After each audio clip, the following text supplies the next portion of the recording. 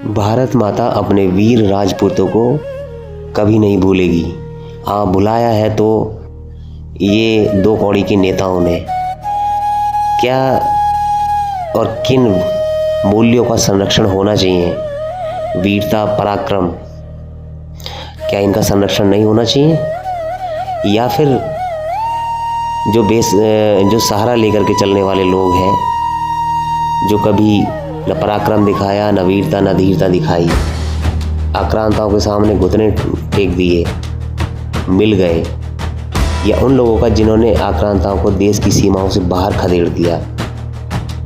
कहने का मतलब यही है कि क्षत्रियों को कभी भी, वैसे तो आरक्षण की आवश्यकता है नहीं, क्षत्रिय अपने आप में पूर्ण रूप से सक्षम है, परंतु देश चलाने वालों को ये समझना चाहिए कि देश को कैसे मूल्य चाहिए, कैसा आदर्श उनके सामने होना चाहिए।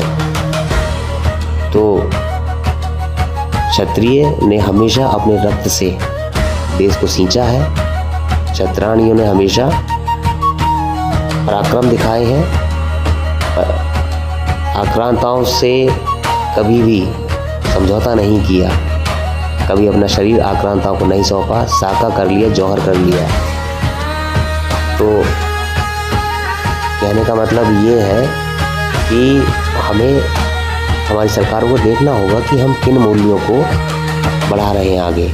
अपनी देश में अपने बालकों को क्या सिखा रहे हैं? क्या ये सिखा रहे हैं कि कमज़ोर बने रहो, आरक्षण लेते रहो, कुछ करो मत, मुफ्त में सब चीज़ें लेते रहो? क्षत्रिय कभी ऐसा नहीं करता। तो कम से कम इतना तो होना चाहिए कि भाई ये क्षत्रिय जो है, इनका हमारे ऊपर ऋण है।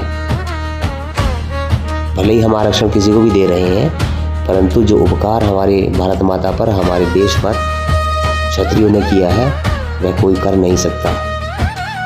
ये कोई भेदभाव करने वाली बात नहीं बता रहा हूँ मैं, जो इतिहास बता रहा है, जो हम सब जानते हैं, और एक क्षत्रिय इसको अच्छी तरह से समझता है कि क्षत्रिय में क्या चीज़ें होती हैं, कौन कौन से गुण होते हैं, और जिनको आप संरक्षित कर रहे हो उनमें कौन कौन से गुण हैं। सीधी सी बात है भाई, किस चीज़ को आप संरक्षित करोगे?